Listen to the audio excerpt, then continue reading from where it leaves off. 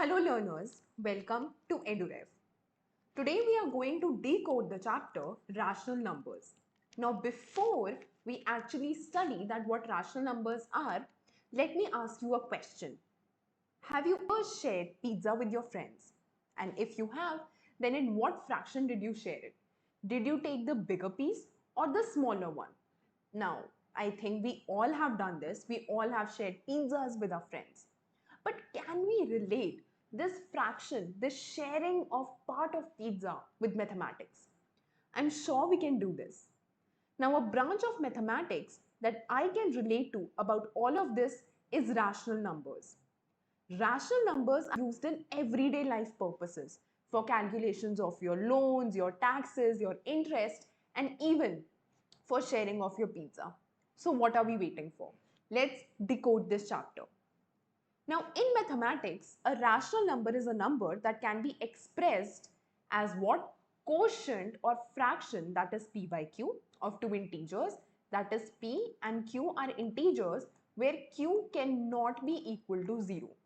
So whenever we encounter this type of situation, then that number is referred to as your rational numbers. Therefore, when you split the pizza into 6 pieces and pick 2 out of them, and then you will be having 2 by 6th of a pizza, or I can say 1/3 of a pizza. And now this 1 by 3 is nothing but it's your rational number, because 1 by 3 is of the form p by q, where q is not equal to 0. I hope you people have understood till here. Now, let's understand how rational numbers are related to all of this. We can see that whole numbers are a part of integers, obviously, because whole numbers are nothing but 0, 1, 2, 3, and so on till infinity.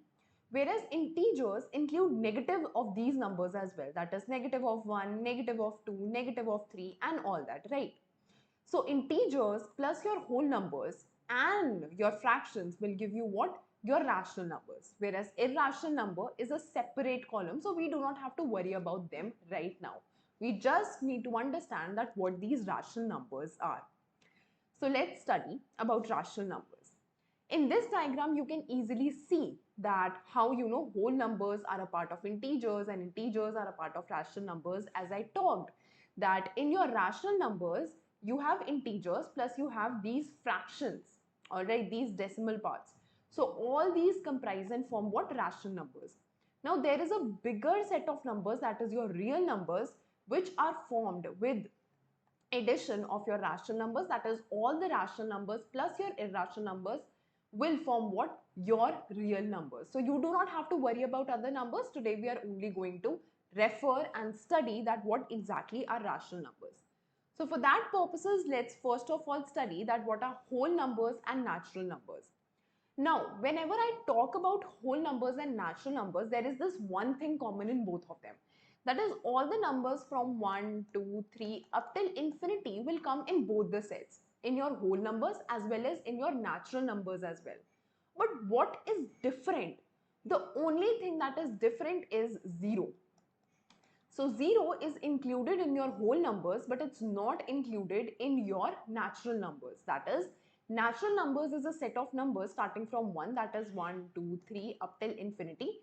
Whereas whole numbers is a set starting from 0, 1, 2, 3 up till infinity.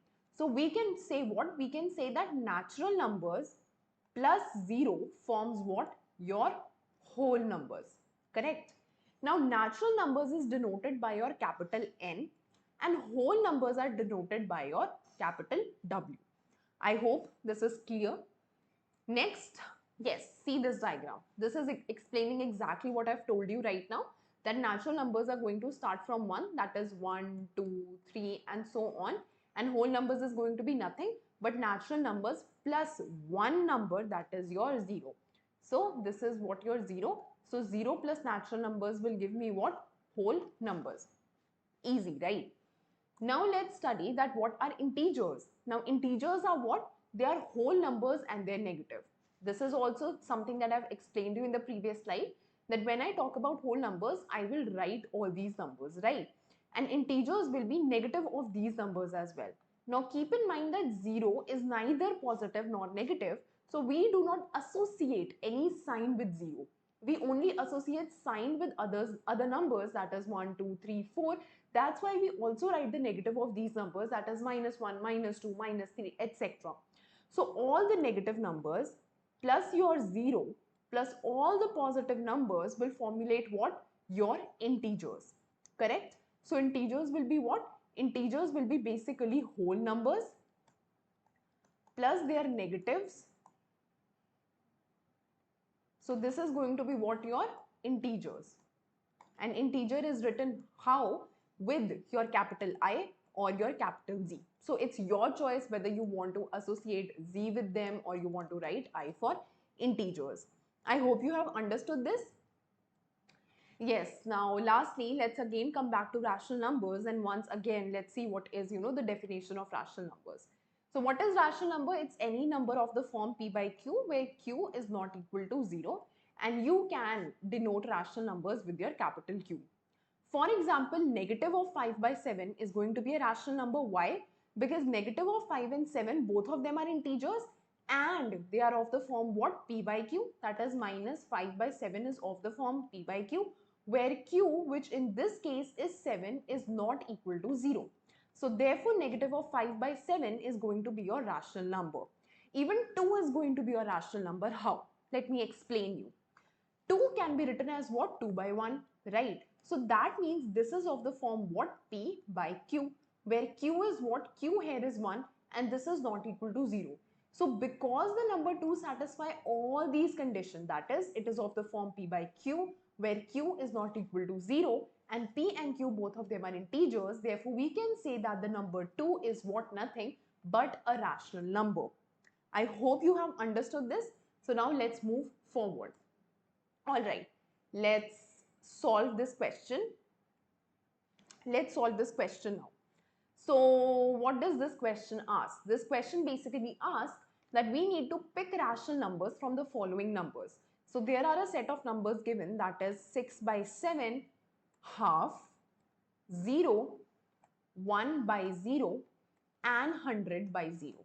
So I need to pick rational number out of these numbers. Now it's very simple, okay?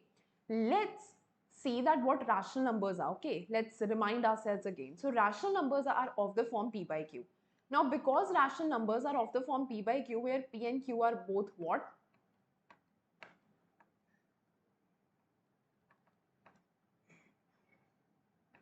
Okay, where P and Q are both what? P and Q are integers. So that means P and Q both belong to a set of what? Integers, correct? Where Q cannot be equal to 0. So these are the conditions which should satisfy whenever I'm talking about a rational number. And this is exactly what we have discussed till now, right? So that means whenever I am seeing a number, so we first let's start from 6 by 7. So in 6 by 7, they are of the form P by Q. So they are satisfying this condition. Now both P and Q, that is 6 and 7, both of them belong to the set of integers. So they satisfy this condition as well. And Q is not equal to 0. That means in this case, 7 is not equal to 0. That means 6 by 7 is going to be a rational number. So this is going to be your rational number. Whereas when I talk about the second number, that is 1 by 2, this is also going to be a rational number because it's of the form P by Q, where Q is not equal to 0 and P and Q both are what? Belong to a set of integers. So this is also going to be your rational number. Now when I talk about 0, now there is this ambiguity among people that whether 0 is a rational number or not. But mind it, 0 is a rational number. Why? Because 0 can be written as what? 0 by 1. Correct? Where both 0 and 1 are what? They belong to a set of integers. Correct? And where Q, in this case, where Q is equal to 1 in this case, is not equal to 0. So that means 0 is also a rational number. So what did we understand from this? We understand that P can be equal to 0 in a rational number, but Q can never be equal to 0. And this is exactly why our last two numbers, that is 1 by 0 and 100 by 0, cannot be a rational number. Why? Because in this case, your Q equal to 0. And when Q is equal to 0, then that means the value of 1 by 0 or 100 by 0 is not defined, which means we cannot exactly point out as to what these numbers suggest. Therefore, these numbers are not rational numbers. They obviously are like a group of numbers, but we cannot define right now that what exactly they are, and they are surely not the part of the set of rational numbers. So therefore, if I need to pick the numbers that are rational numbers from this set, it will be 6 by 7, 1 by 2 and 0. So these three numbers are rational numbers, and the last two numbers which are given, they are not rational numbers. I hope you people have understood this. Now let's move on to the next topic. Now we need to understand that what are properties of rational numbers. Okay, now there are a lot of properties of rational numbers which we are going to study. For example, the closure property, the associative property, the distributive property, commutative property, and other properties as well. So without further ado, let's begin with the first property. Alright, so let's see what the closure property says. Now for any two rational numbers, say a and b, the result of addition, subtraction, multiplication operations give what? A rational number. So basically what it's saying is that whenever I am going to like add any two rational numbers, then the result is also going to be a rational number, and similar is the case with your subtraction and your multiplication. So let me just say it out loud again, that for any two rational numbers, let's suppose they are a and b, the result of addition, subtraction and multiplication operations give what? A rational number. Now since the sum of two numbers end up being what? A rational number, we can say that the closure property applies to rational numbers in case of addition. Now let's see this all with the help of an example. Now the sum of, let's say, 2 by 3 and your 3 by 4 is going to give me what? It's going to give me 17 by 12. Now we know that 17 and 12, both of them belong to integers, and 17 by 12 is of the form p by q, where q, that is 12 in this case, is not equal to 0. That means this is a rational number. So hence for addition we have proved. Now the difference between two rational numbers result in a rational number itself. Therefore, the closure property will apply for rational numbers in case of subtraction as well. Let's see this also with the help of an example. Now, let's say I take 4 by 5 and I subtract 3 by 4 from it. So, when I do this, I will get what? So, it will be 20, 16 minus 15, that is 1 by 20. Now 1 by 20 is also a rational number. Why? Because it's of the form p by q, where q is not equal to 0, which is 20 in this case, and both p and q, that is 1 and 20, belong to a set of rational numbers. And like 1 and 20, both of them are what? Integers. So that means 1 by 20 is also a rational number. Hence, we have proved closure property for the case of subtraction as well. Now let's see for the case of multiplication and for addition as well.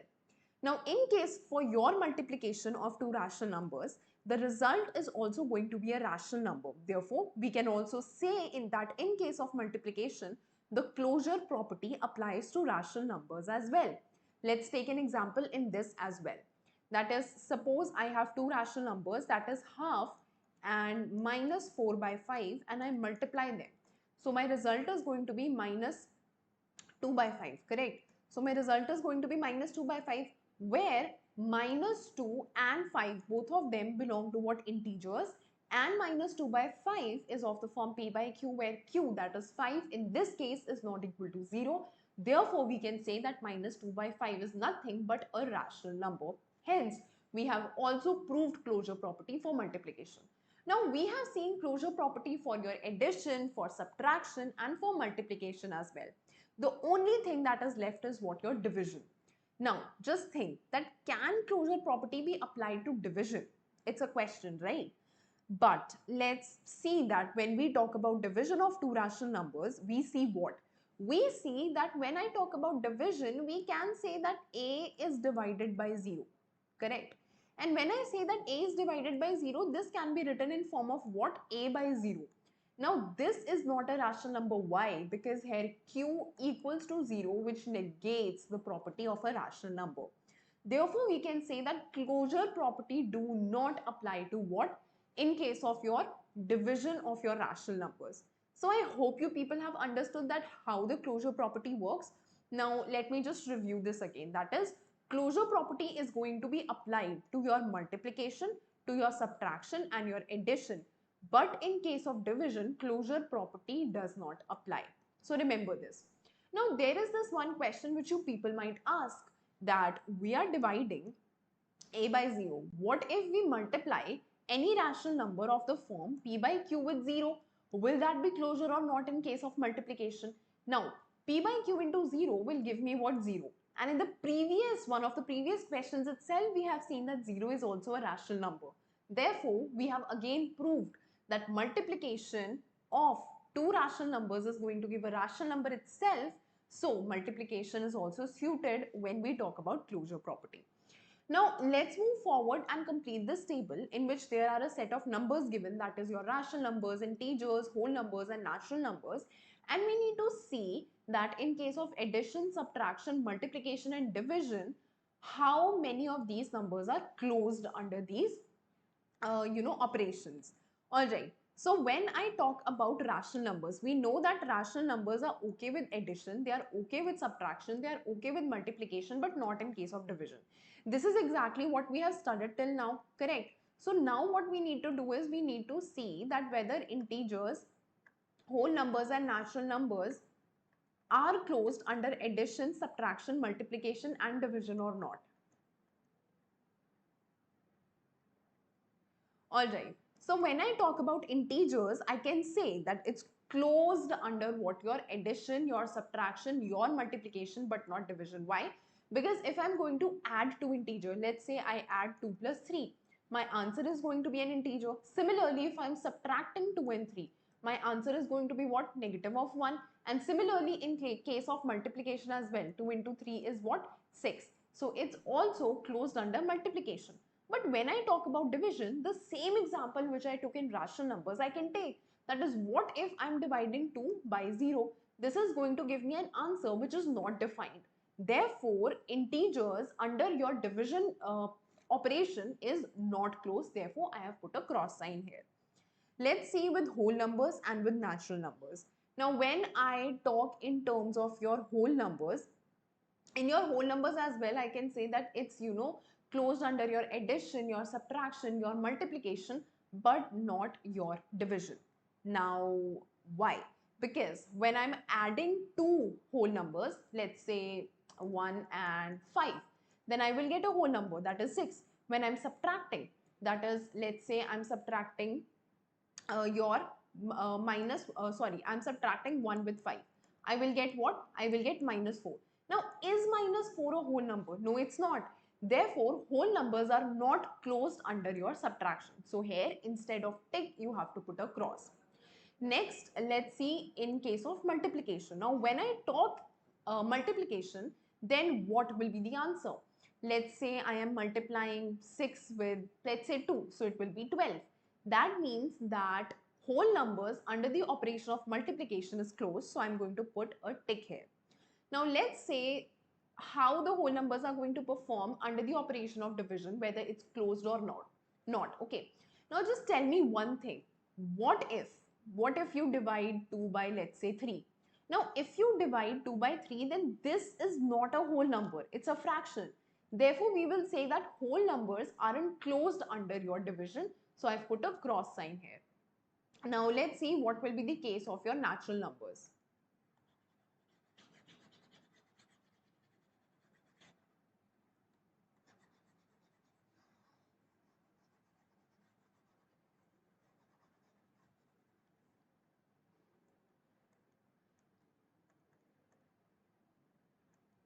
Okay, so when I talk about natural numbers, and natural numbers, when I add two numbers, that is 1 and let's say 2, I will get 3, which is a natural number. So that means it's closed under addition.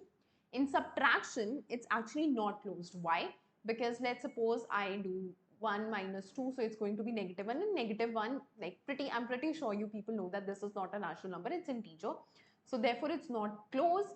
In case of multiplication, obviously 1 into 2 is going to give me 2, or like if I multiply any two numbers, it's going to give me a natural number. So it's closed under multiplication, but it's not closed under division. Why? Similarly, if I am, dividing 2 by 3, it's going to give me a fraction. And this fraction, I'm pretty sure it's not a natural number. So a natural number under the operation of division is not closed.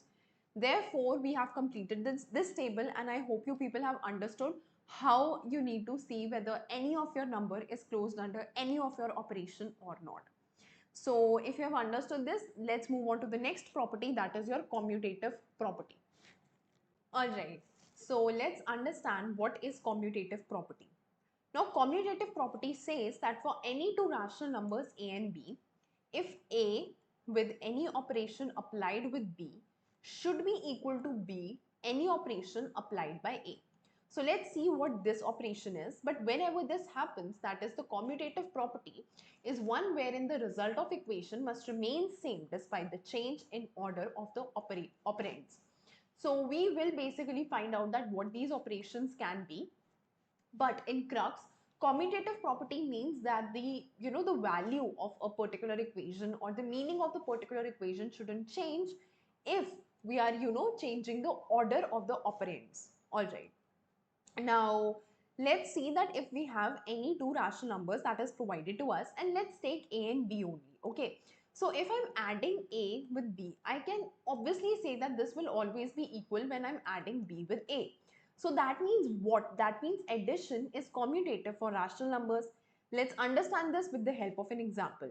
So when I say that 2 by 3 is added to what? 4 by 3. This is going to be what? 6 by 3. Correct. So this is going to be 6 by 3, which is nothing but that is 2. But in the same way, if I am adding 4 by 3 plus 2 by 3, then also I can say that this is nothing but 6 by 3, which is equal to 2. Which means what? Which means that if I am adding 2 by 3 plus 4 by 3, this should be equal if I'm doing 4 by 3 plus 2 by 3. That means the order of the numbers does not matter. So therefore I can say that addition is closed under your commutative property, or I would say that commutative property is applicable to your addition. Now let's also see what happens when we do multiplication, when we do subtraction, and when we do division.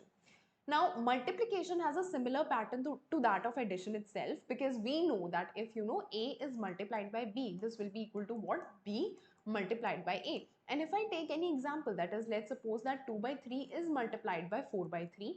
So this will be equal to nothing but 8 upon 9, correct?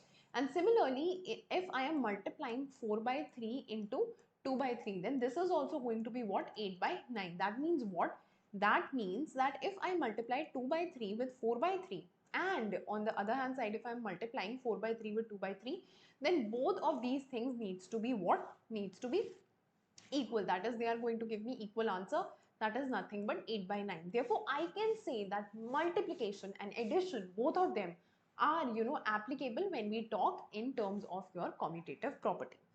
So now we have understood that how multiplication and addition works, but let's also understand how your division and your subtraction is going to work. Alright, so let me just erase all of it.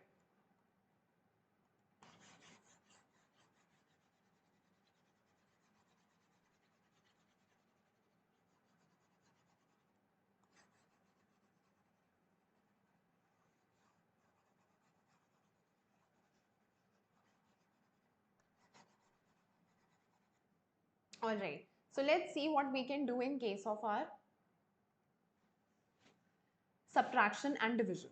So whenever I talk about subtraction, then what happens? Okay, suppose I'm saying that I subtract a from b. This may or may not be equal to b minus a. Okay, see, now the point is what? Now the point is that if I subtract any number from b, and let's say like b minus a and a minus b, the chances are that in most of the cases these won't be equal to one another. Okay, let's take an example. That is, if I take 2 by 3 and if I take 4 by 3 and I subtract both of them, all right, so this is going to be negative of 2 by 3. Whereas if I change the order of the numbers, that is, if I say 4 by 3 is what? 4 by 3 minus 2 by 3, then my answer is going to be 2 by 3. Clearly, negative of 2 by 3 and 2 by 3 are not equal to one another. Therefore, we can say that it implies what? It implies that whenever I'm doing subtraction in your commutative property, the order of operands do matter. Therefore, I would say that your subtraction is not closed under what? Commutative property. Now we have understood about your addition and your multiplication, and we have said that both of them, that is your addition and your multiplication, act in a similar way. And now we have understood that how basically the subtraction works. Now the point is that division works in the same way as subtraction. That is, for example, let's say I have to divide two numbers, okay, a by b and b by a. Now both of them can or cannot be equal. Why? Let's suppose both, like a is, let's say your a is equal to b, which is equal to 2. So let's say both of these numbers are equal.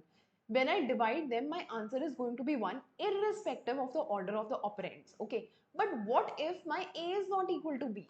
In those situations, what's going to happen? My a by b will not be equal to my b by a. For example, if I divide 2 and 3, so 2 by 3 is not equal to 3 by 2. Therefore, I can say that division is not closed under commutative property. So therefore, after understanding that how subtraction, addition, multiplication, division, all of these things work in your commutative property, we can say that whenever I talk about addition and multiplication, then both of these under your commutative property are going to act in a similar pattern and they will be closed under your commutative property. But whenever I'm talking about your division or your subtraction, then both of them are going to act in a similar pattern and they are not going to be closed under your commutative property. So this is how the commutative property works. Now let's again fill this tables, just so we have like a fair idea how things are going. Now we know that whenever I talk about rational numbers and whenever we talk about commutative property, so addition is closed under it, subtraction is not closed, then multiplication is closed, whereas division is not closed. This is something which we have understood. Now let's do stuff for other numbers as well, that is for integers. Now whenever I talk about integers, obviously the addition needs to be the same. That is, if I'm adding 2 and minus 1, okay, irrespective of the order in which I'm adding, so 2 plus minus 1 will be equal to negative of 1 plus 2. Therefore, I would say that this like integers under your addition is closed. Alright. So now let's see about what happens when we are doing your subtraction or your multiplication or your division in case of your integers. Now whenever I am doing your subtraction in your integers, then obviously it's not going to be closed. Why? Because we know that 2 minus 3 is not equivalent to 3 minus 2. Correct? Therefore, we can say that subtraction is not closed when we talk in terms of integers for your commutative property. Whereas multiplication is going to be closed because we know that negative of 1 multiplied by 2 will be always equal to 2 multiplied by negative of 1 irrespective of the order in which I have written the numbers. Simple, right? And also division is not closed because 2 divided by negative of 1 is not equal to, actually there is this one, so it will be equal to, but let's take an example where it's not. So yeah, I would, let's say 2 and 3. Okay, the easiest example possible which I have taken. So 2 by 3 will not be equivalent to what, 3 by 2. So we can say that in case of your integers, your division may or may not be closed. Now because there are cases that it's not closed, therefore we cannot say that division is entirely closed and we will just put a cross there. So now we have done for rational numbers and for integers, and we basically need to check for your whole numbers and your natural numbers. So for whole numbers, I would say that addition is closed, your subtraction is not closed, your multiplication is closed, whereas your division is not closed. Whereas in case of your natural numbers as well, your addition is closed, your subtraction is not closed, your multiplication is closed, and your division is not closed. Now, do not worry if you do not understand about whole numbers and natural numbers, that why they, act in a certain way, because I'm going to explain you right now. So don't worry. So whenever I talk about whole numbers, I would say that addition is what closed. Why? Because let's say 0 plus 5 will be equal to 5 and 5 plus 0 will be equal to 5. So therefore, I can say that for whole numbers, my addition is what closed. But subtraction cannot be. Why? Why cannot subtraction be? Because 5 minus 0 is going to be 5, but 0 minus 5 is going to be negative of 5. And I know that negative of 5 is not a whole number, it's an integer. Therefore, I have put a cross here. Simple, right?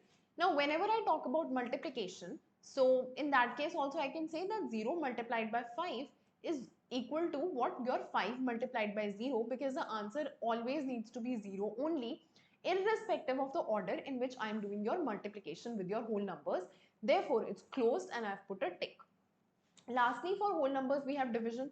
Now, we know that for whole numbers, I would say that 0 by 2 cannot be equal to 2 by 0. Okay, because just 2 by 0 is going to be something which we do not know, and 0 by 2 is going to be 0. So therefore, we cannot say that for whole numbers division is closed. I would give you one more example if you people are confused with this example.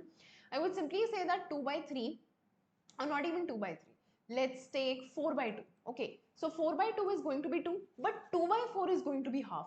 Now we know that 2 and half are what? They are not equivalent to one another, and half is not a whole number. So that means what? That means for your division, whole number is not closed. Correct? Correct. So now let's seek the last type of numbers, that is my natural numbers for the same. And for natural numbers as well, I've written that whether addition, subtraction, multiplication and division is closed or not. So let's take examples and understand how these things work in that. Okay, now in case of your natural numbers, when I talk about addition, so when I'm adding 1 plus 2 or 2 plus 3 or 2 plus 1, okay, so both of them are going to be equal. That means in case of your natural numbers, your addition is closed. In case of your subtraction, I would say 1 minus 2 is not equivalent to 2 minus 1, because this is going to be 1 and this is going to be negative of 1, and negative of 1 is not equal to 1, and negative of 1 is not a natural number. Therefore, for your subtraction, it's not closed. When I say multiplication, then for multiplication, both of them are going to be okay, because we know that 2 multiplied by 1 is equal to 1 multiplied by 2. As simple as that, right? So therefore, multiplication is closed and I've put a tick. For division, natural numbers is not going to be, for the same reason that, if I take 4 and 2 and 2 and 4, so 1 is going to be like 4 by 2 is going to be 2 and 2 by 4 is going to be half, and we know that this is not equivalent and half is not a natural number. Therefore, your division is not closed under your natural number. So I hope you people have understood how commutative property works in case of your rational numbers, integers, whole numbers and your natural numbers for the operations of your addition, subtraction, multiplication and division. Now before proceeding on to the next property, let's solve a few questions to see like whether we have understood this entirely or not. So the first question states what? The first question states that we need to write two rational numbers whose multiplicative inverse is same as they are. Now let's see what it can be. Let's suppose we have taken a number that is 1. So the reciprocal of 1 is going to be what? 1 upon 1, which is nothing but 1. So the reciprocal of 1 is number itself, that is 1. Correct? So what is going to be the reciprocal of negative of 1? So if I'm taking negative of 1, its reciprocal is going to be what? 1 upon negative of 1, which is going to be negative of 1. Correct? So that means the reciprocal of 1 is going to be 1 and the reciprocal of negative of 1 is going to be negative of 1 only. Hence the required rational numbers are going to be what? 1 and negative of 1. That means we need to write two rational numbers whose multiplicative inverse is like the same as the numbers are. Therefore, the numbers are going to be 1 and negative of 1. Alright, so let's solve this question now. Now in this question, A is given as half and B is given as 3 by 4 and we need to verify these two equations. So we are given what? That A is half and 1 by 2 and B is nothing but 3 by 4. So initially we need to verify that A into B will be equal to B into A. Alright, so let me substitute the values. So A is nothing but half, B is nothing but 3 by 4. So when I solve this, this will be equal to what? This will be 3 upon 8. Correct. Similarly, when I solve this portion, then B is nothing but 3 by 4 and A is what? Half. So when I solve this, this is going to be 3 by 8. That is, my left hand side is 3 by 8 and my right hand side is also 3 by 8. That means left hand side equals to right hand side. Therefore, this equation is verified. Now let's verify the second one, that is A plus B will be equivalent to B plus A. Now, if I solve my left hand side, so A is what, half, and B is what, 3 by 4. So when I solve this, half plus 3 by 4 will come out to be what, 5 by 4. Similarly, when I substitute B as 3 by 4 and A as half on my right hand side, this is going to be 5 by 4. That means that my left hand side and my right hand side, both of them are equal and they are equal to 5 by 4. Therefore, this equation is also verified. So in this question, we can see that we have verified both the equation, that is A into B is equivalent to B into A, and A plus B is equivalent to what, B plus A. I hope you have understood this. Now let's go on and understand the next property. So the next property which we need to understand is the associative property. So let's see what the associative property says. Now the associative property says that for any three rational numbers, that is your A, B and C, your A having some operation with B and this whole thing combined having an operation with C will be equivalent to B having an operation with C and this combined having an operation with what, A. That means associative property is one where the result of an equation must remain same despite the change in order of your operators. So let's see how this basically functions and let's take an example, okay? So let's say I need to do addition in these cases, okay? So I know that if I add 1 plus 2 plus 3, this will be equivalent to 1 plus 2 plus 3. Correct? Correct. So that means that in case of your addition, associative in rational numbers is okay. Similar will be the case with your what? Your multiplication. That means 1 into 2 into 3 will be what? 1 into 2 into 3. So this is also understandable. This means what? This means that in case of your associative property, both your addition and your multiplication are closed. That means both the operations, your addition and your multiplication, follow your associative property. Now we have seen that what happens when we add or when we multiply. But we need to see what will happen when we divide and when we subtract. So in case of your subtraction and in case of your division. So these are the two operations where we need to see what the things are going to be. Now the point is, let's take example of 1, 2 and 3 only. So let's say that 1 subtracting 2 subtracting 3 is this equivalent to 1 subtracting 2 subtracting 3. So if I solve this, this is going to be negative of 1, negative of 3, which is going to be what? Negative of 4. This is going to be 1 minus 2 minus 3 is going to be negative of 1. So this is going to be 1 minus minus is plus, 1 plus 1, 2. So we can see that 2 is not equivalent to negative of 4. That means what? That means subtraction in case of your associative property is not closed. That means we cannot say that the operation of subtraction will work when we work it under the associative property. The last property which we need to check is your division property over your associative property. Okay. So when I say 1 is divided by 2 and this whole is divided by 3, will this be equivalent to 1 divided by 2 divided by 3? Let's see if it works or not. So 1 divided by 2 is going to be half, divided by 3 is going to be what? 1 by 3. That means this is nothing but this is 1 by 6. Similarly, when I do this, it will be 1 divided by what? 1 divided by 2 by 3. So this is going to be what? 1 multiplied by 3 by 2 and this is going to be nothing but 3 by 2. Now we can see that 1 by 6 is not equivalent to 3 by 2. That means what? That means in case of my division as well, I can say that associative property does not work. So at the end of all this conversation and all this discussion, we come to a conclusion that in case of my associative property of my rational numbers, your subtraction and your division are not closed under your associative property, whereas your addition and your multiplication are closed under your associative property. So let's again fill like a table, but before we fill the table, we need to answer this question.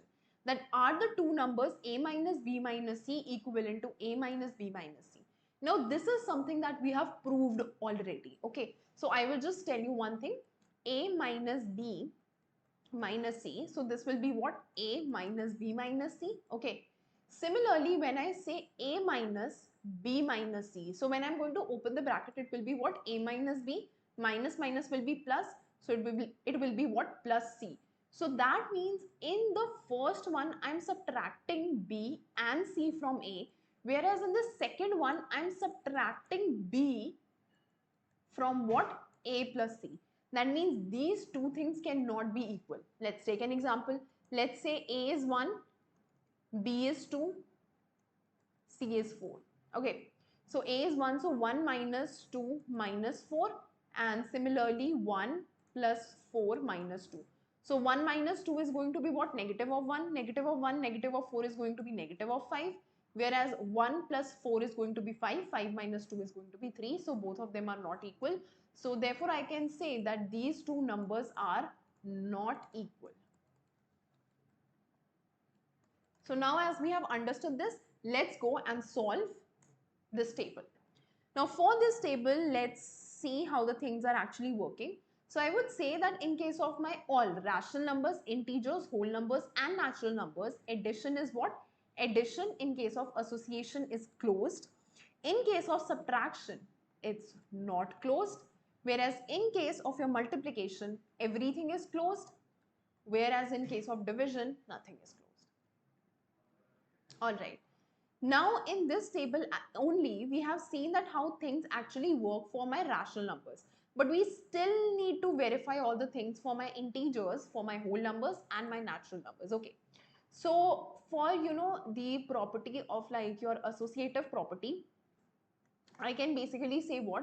I can basically say that the property is basically this. Okay.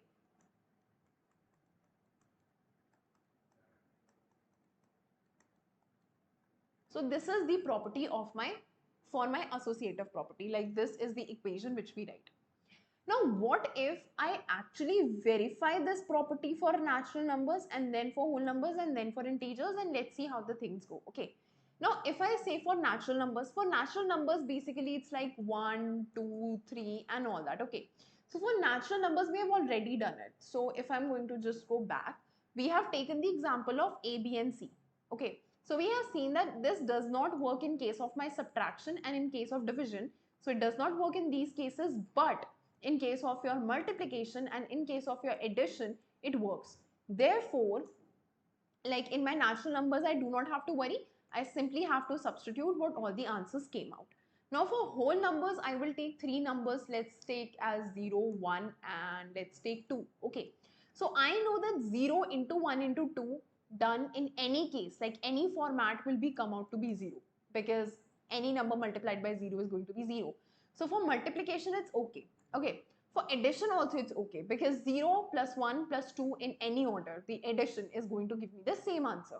So for whole numbers is also okay. But for subtraction if I do, so that means 0 minus 1 minus 2 if I do, just do not see this, then it will be what? It will be 0 minus 1 minus 2. So this is going to be what? 0 minus 1 plus 2, that is 1. So this is going to be 1 and this is going to be what?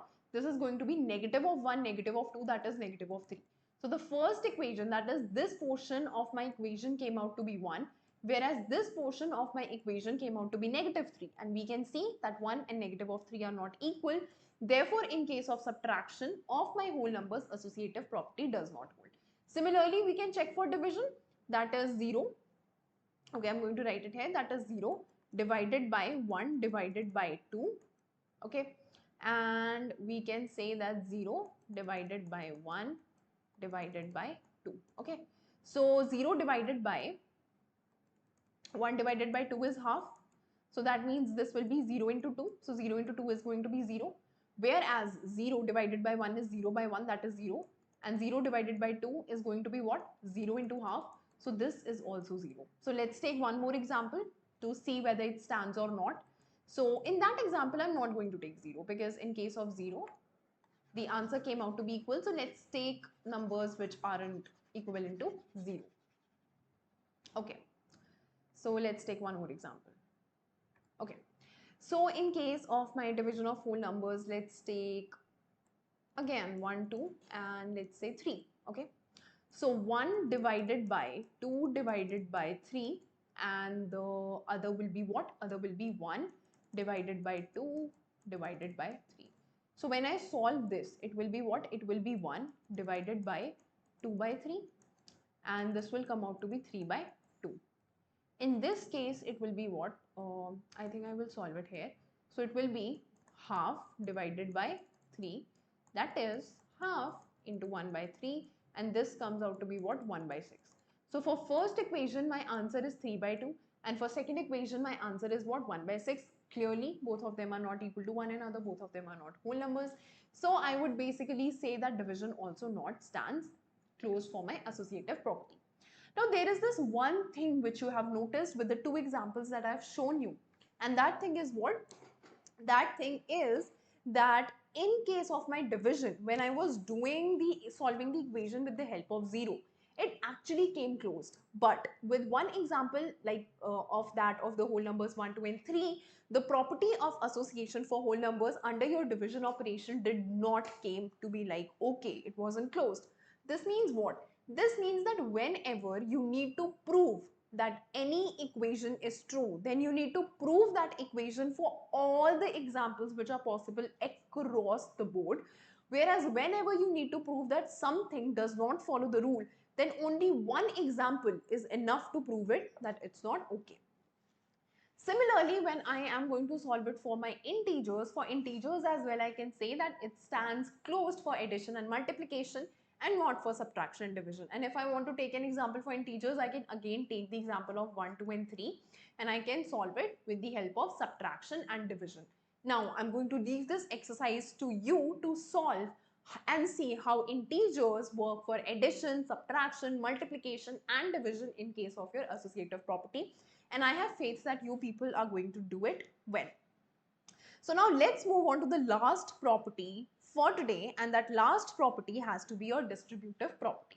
So let's see how the property of distribution works and what is the meaning of distributive property. Now, in case of distributive property, it's basically that if we have three rational numbers given A, B and C. So we are provided with three rational numbers, that is A, B, C. Then according to the distributive property, multiplication is distributed over addition and subtraction. So basically it's saying that if I'm writing A into B plus C, so it will be AB plus A into C is going to be what? AC. So I multiplied A and B first, and then I wrote this operation that was inside it, and then multiplied B and C. Similarly, this can be done in case of subtraction as well. That is A into B minus C can be written as what? A multiplied by B. Then writing this operation, that is negative, and then that is the subtraction operation, and then multiplying A and C, so AC.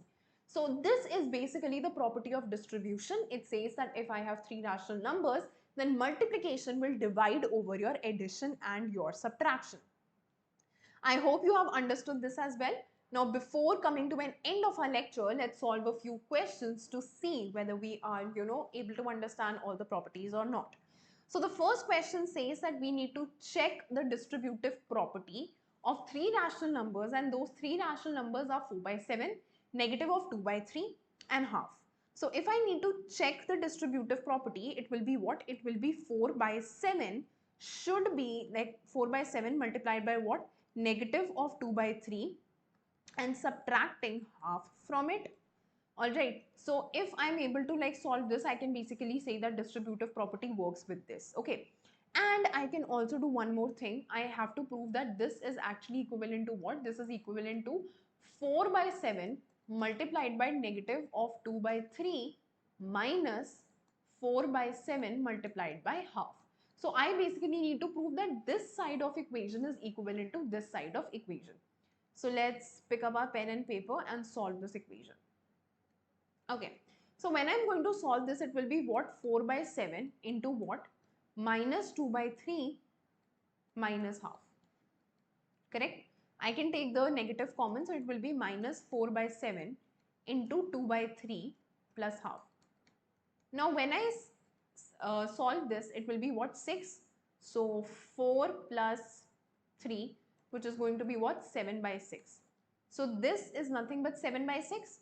So I can write that this is minus 4 by 7 into 7 by 6. So 7 and 7 subtracted, and if I subtract them from 2, my answer is going to be what? Negative of 2 by 3. So I'm just going to erase all the calculation and write the answer only here. So that means the answer of this equation is nothing but minus 2 by 3, okay? So let's write the answer. So negative of 2 by 3 is what is the answer of the first equation. Now let's solve the second equation. So second equation says that 4 by 7 into this. So it's basically going to be negative of 4 to the 8 upon 7, 14 and 21 minus, okay? So this minus, if I multiply these two, so it will be what? 2 by 7, correct? So when I'm going to take like the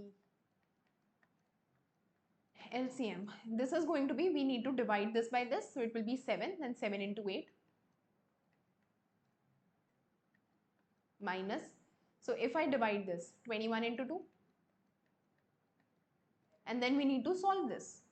So I can take negative of 7 common from both of them, so negative of 7 common, it will be 8 plus, now 7 is gone, so here 3 is left, 3 2s are 6 upon 21 into 7. Negative of 8 plus 6 is going to be what? 8 plus 6 is 14 upon 21. 7 2s are 14 and 7 3s are. So my answer is again what? Negative of 2 by 3. So for this equation as well, my answer is negative of 2 by 3. And for this equation, we already found out that my answer was negative of 2 by 3. Hence, I can say that for both the equation, my left hand side and my right hand side are equal. Therefore, the distributive property holds, like I would say, true in this case. I hope you people have understood this. So let's move on to the next question. Alright, so the last question of the day says what? They says that what kind of properties does the following expression shows? So the first expression is that 2 by 3 plus 4 by 5 is equivalent to 4 by 5 plus 2 by 3. Now there are two different rational numbers in this, and we can change the order of the operands, and it's in basically holds true for the case of addition. So I would say that it's your commutative property. Correct. In the second, I would say that 1 by 3 multiplied by 2 by 3 equals to 2 by 3 multiplied by 1 by 3. So here also the order of the operands do not matter because the answer is going to be the same, and it holds true for what? Your multiplication. So it's also your commutative property. So for both the equations which were given, the property that holds true is what? Your commutative property. So we have reached the end of our discussion. Hope you found that helpful. Now you can visit EduRev and attempt the respective tests so as to check your understanding of the topic. Now, before actually leaving, we are going to like review that what all topics did we do. So we talked about the introduction of rational numbers, we talked about the uses of rational numbers, then what are whole numbers and natural numbers, integers, rational numbers, and about the properties of rational numbers, and we also did a few questions. Now, for your further practice, you can go to EduRev, and you can also buy other content of other subjects as well with EduRev Infinity at less than 80 rupees per month. Thank you. Hello learners, welcome back to EduRev. I hope you remember what all we studied in the previous lecture about rational numbers. But for starters, let's take a recap. So in the previous lecture, we studied about rational numbers. We saw that how these numbers are useful to us. Then we studied about whole numbers and natural numbers, about integers, about what are rational numbers and the properties of rational numbers. So let's move further in our journey to decode the topic rational numbers further. We'll start with the topic that is the negation of a number. Now, let's understand it in a way. For a rational number a by b plus 0 will be equal to a by b. That is, whenever 0 is added to any number, then the answer comes out as the number itself, right?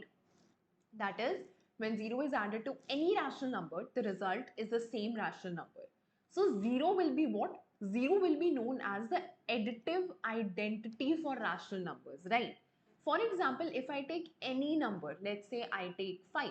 If I add 0 to 5, then my answer is also going to be the same number which I originally took, that as 5. And in place of 5, I can take any number. 1, -1, 100, -73, -64, etc. Okay, so there can be any number in this place, and whenever I'm going to add 0 to that number, my answer will be the number itself. So therefore 0 is termed as what? 0 is termed as the additive identity of rational numbers. This means what? This means that whenever any number is added to 0, we will get the same number back. So it's what? The additive identity for rational numbers. Now if a by b plus minus a by b is added, we will get what? We will get 0. How? A by b plus negative of a by b is basically what? A by b minus a by b. And obviously this will be what? This will be equal to 0. For example, if I take 5 and add it to negative of 5, obviously the summation of these two numbers will be what? 0. Therefore, 5 and negative of 5 are termed as what? Additive inverse of each other. This means what? This means that whenever the negative of any number is added to that number, we will get what? 0. So that number is known as what? The additive inverse of that. So in this slide, we actually learned about two things.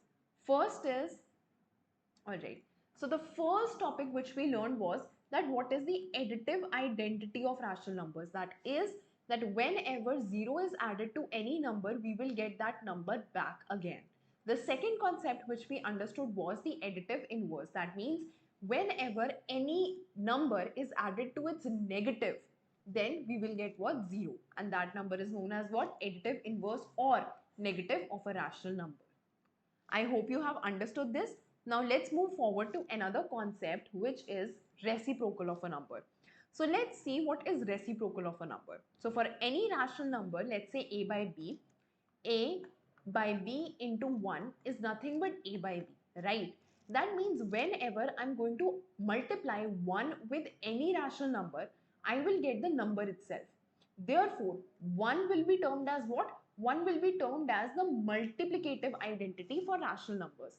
Now, in the previous slide, we studied about the additive identity. That means whenever any number is going to add to 0, then we will get the number itself.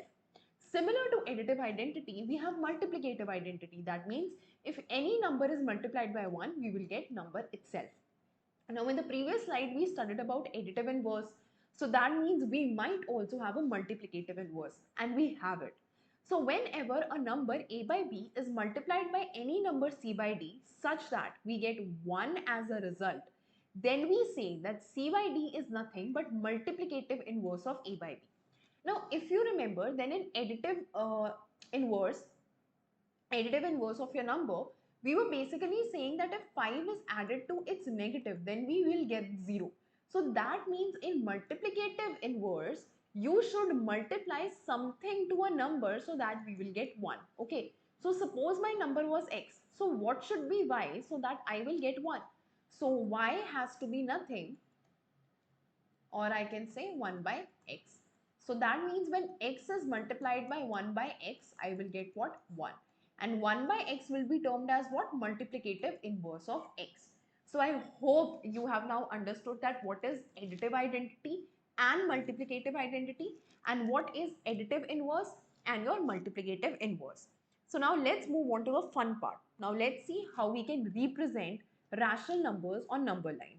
Now we all know that how we can represent integers, whole numbers and natural numbers on number line, right?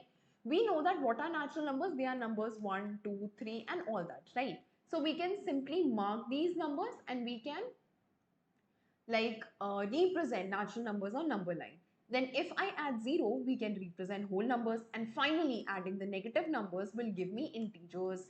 Alright, now we basically need to see how we can represent rational numbers on number line.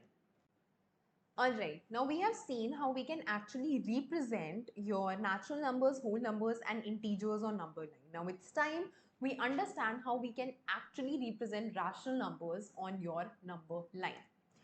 So to represent rational numbers on number line, there are a few steps which we need to follow. So let's see step by step how we can do that.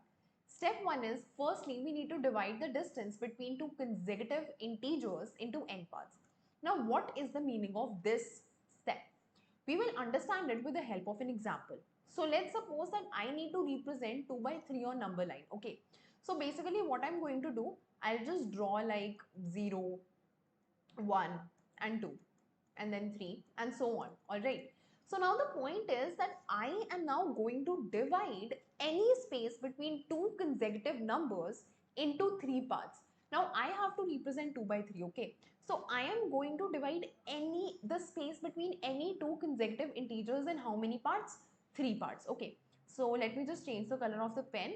So let's suppose the space between 0 to 1 I divided in three parts. So let's say I divided this in three parts. Also the space between 1 and 2 I have divided in three parts. Similarly, the space between 2 and 3 I have divided in three parts, and so on I am going to do it. Okay. Now the step 2 is going to tell me that I need to label the rational number till the range includes the numbers you need to mark. For example, I have divided this. Okay. So I'm going to label it what? Now this is 0. So this has to be 1 by 3. Okay. This has to be 2 by 3. Now this has to be 3 by 3. But we know 3 by 3 is nothing but 1. So I've written 1. Then this will be what? 4 by 3. Similarly, this will be 5 by 3. Now next is going to be 6 by 3. But we know that 6 by 3 is going to be nothing but 2. So we have written 2 here. Okay. So similarly, I'm going to name all the points which I have made. Now I want to find out 2 by 3, so I'll see where 2 by 3 is and I will mark that rational number. So this is the process of how you can actually represent a rational number on a number line. I'm going to explain it to all of you once again so that you people, the concept is logged in your mind. So let's take the same example. So let's say that you have to do what? You have to represent 2 by 3 on number line. So basically what you need to do, you have to divide the space between any two consecutive number into three parts. Okay. So your denominator is 3. So you have to divide the space between any two consecutive numbers into how many parts? Into three parts. That is, if I'm drawing a number line here, if this is 0, this is 1 and this is 2. So you basically have to divide the space within three parts. So let's divide. So let's say that this and this is the divisions which I have created. Similarly, this and this is the division I have created, and so on. So this number is going to be what? 1 by 3. This is 0, this is 1 by 3. This is going to be 2 by 3. Now this is going to be 3 by 3, which is 1. So I have just written 1 instead of 3 by 3. You can also write 3 by 3 if you like so. Then this number is going to be 4 by 3. Then this number is going to be 5 by 3. Now in place of 2, I can also write 6 by 3 because we know that 6 by 3 is nothing but 2. So I'm going to name all these points, and after naming all these points, I just have to mark the number which I want. Now I want 2 by 3, so I'm just going to mark the number 2 by 3. That is the number that is required by me. So this is how you represent number on number line. I hope that you have understood this now. Now let me ask you something. Can there be rational numbers between any two rational numbers? So suppose there is one rational number and there is second rational number. Can there be rational numbers between any two rational numbers? The answer is yes. There can be rational numbers between any two rational numbers. The only thing is that we should be able to formulate methods in order to find out the rational numbers between any two rational numbers. Now, there are rational numbers between any two rational numbers, but the number of rational numbers between any two given rational number isn't defined, unlike that of whole numbers or natural numbers. For example, when I say that how many numbers, like I would say integers or whole numbers or natural numbers between, let's say, 2 and 10, then all of you will say what? There is 3, there is 4, there is 5, there is 6, there is 7, 8 and 9. So that means there is a definite set of numbers that lie between any two numbers, whether they are integers, whether they are whole numbers, whether they are natural numbers, etc. Okay. So whether they are natural numbers. But when I talk about rational numbers, so there is no definite set of numbers which can lie between two rational numbers. So in order to find rational numbers, we need to apply certain techniques which are going to help us to find as many possible rational numbers as we want, or as the question asks us, between any two given rational numbers. So let's see how we can do this method by method. So the point is, method 1 says what? Method 1 says that we have to find the equivalent fraction of the given rational number and write the rational number which comes in between these numbers, and these numbers are the required rational number. Now the point is that this method might seem a little bit like off, but it's actually very simple. So I'm not going to explain you this method right now here, but I'm going to explain you this method on the next slide with the help of an example. So there is this question which is displayed on your screen, and this question is asking that we need to find the rational numbers between 1 by 10 and 2 by 10. That is what? That is that you need to find maybe like 2, 3, 5 rational numbers between your two rational numbers 1 by 10 and 2 by 10. Now to find the rational numbers between two rational numbers, what you need to do? As we can see that there are no visible rational numbers between these two rational numbers. So we need to write the equivalent fractions of the number which are given to us. Alright. So what I'm going to do, let's say that I multiply the numerator and denominator of both these numbers by 2. Okay. So if I am having 1 by 10 and I'm having 2 by 10. Okay. So let's just multiply 10 with numerator and with denominator. So when I'm multiplying 10 with numerator and multiply 10 with denominator, similarly 10 with numerator and 10 with denominator. So after doing so, my answer will come out to be what? 10 upon 100, and in this case my answer will come out to be 20 upon 100. Now there is this one thing which you can notice, and that one thing is that this number is 10 and this is 20. So your denominator is what? Same, but your numerator is different. So can, like with common sense, you can say that 11 by 100 will be between them, 12 by 100 will be between them, 13 by 100 will be between them, and so on till 19 by 100 will be between them. So all these rational numbers are the rational numbers which are going to be between these two pair of numbers, right? You can actually find out more rational numbers as well. Like for example, if you want to find out more rational numbers, what you can do, you have 10 by 100, you can take 11 by 100 as a rational number, and similarly you can multiply 10 with numerator and denominator, and again by applying your common sense you can find the rational numbers between these rational numbers.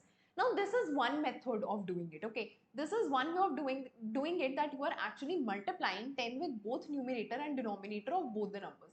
There is this one more method which you can do. It's not exactly one more method, but one more way in which you can do. What you can do is you can keep 1 by 10 as it is. Okay, you can keep 1 by 10 as it is, but you can multiply 10 with numerator and denominator of the second number. So the two numbers which we get are going to be what? It's going to be 1 by 10, and the second number is going to be what? 20 upon 100. Okay, so the second number is going to be 20 upon 100 and the first number is going to be 1 by 10. So how many numbers are between these two? So you can simply write what? 2 by 100, alright, 3 by 100, 4 by 100, and so on, 19 by 100 till 19 by 100. Okay, so these are the numbers which you can write between these two numbers. So this is how you can actually find rational numbers between any two rational numbers which are given, and this is your method 1. So I'm just going to repeat quickly that what is your method 1. In method 1, simply what you do is you multiply your either your first number or your second number or both of your number with a number which is going to create a visible gap between the two numbers which are given to you, so that you can utilize that visible gap in order to find out the rational numbers which you want to find out. Alright, so this is method 1, that is your technique 1. Now let's understand that what is technique 2. So when I talk about technique 2, they are basically saying that we need to find the mean, that is average of the two given rational numbers, and the mean is the required rational number. So basically what they are saying is, in the first case we multiplied the first number and the second number's numerator and denominator with a number, and then we found out the rational numbers between two pair of numbers. In the second method, we are basically saying that we have two rational numbers and we want to find out the rational number.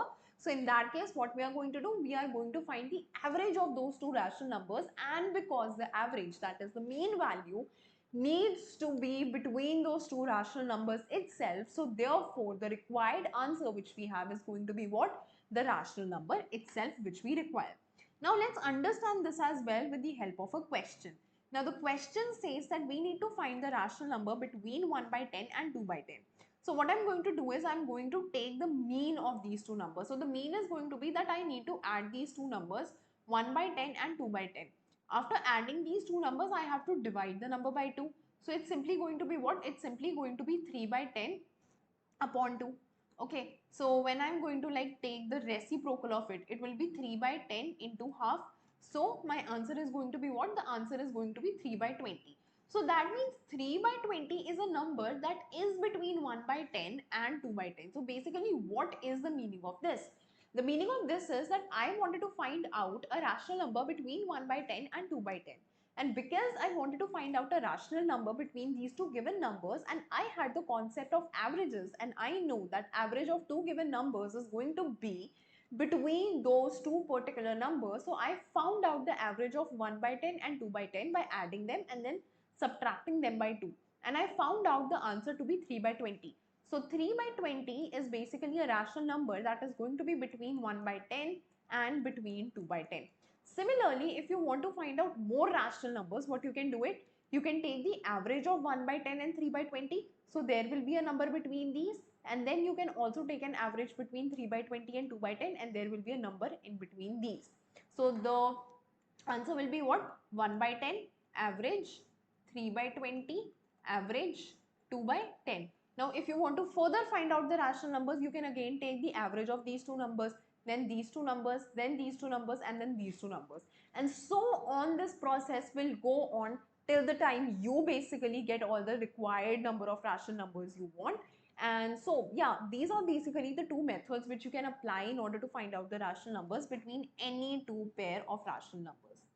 So before departing, let's do one more question to understand the concept clearly. So basically in this question they are asking that we need to find the rational number between half and 1 by 3. Now we know that there are two methods like in order to which we can actually find the rational numbers. But let's do one thing. Let's just take the average method and let's find a rational number between 1 by 2 and 1 by 3, because there is like only one rational number which we want to give between 1 by 2 and 1 by 3. So let's find out their average and let's just solve this question. So basically for the average I need to add these two numbers, that is half plus 1 by 3 divided by 2. So when I'm going to do this, so it will be what? It will be 3 plus 2 upon 6 into half. So it's going to be 5 by 12.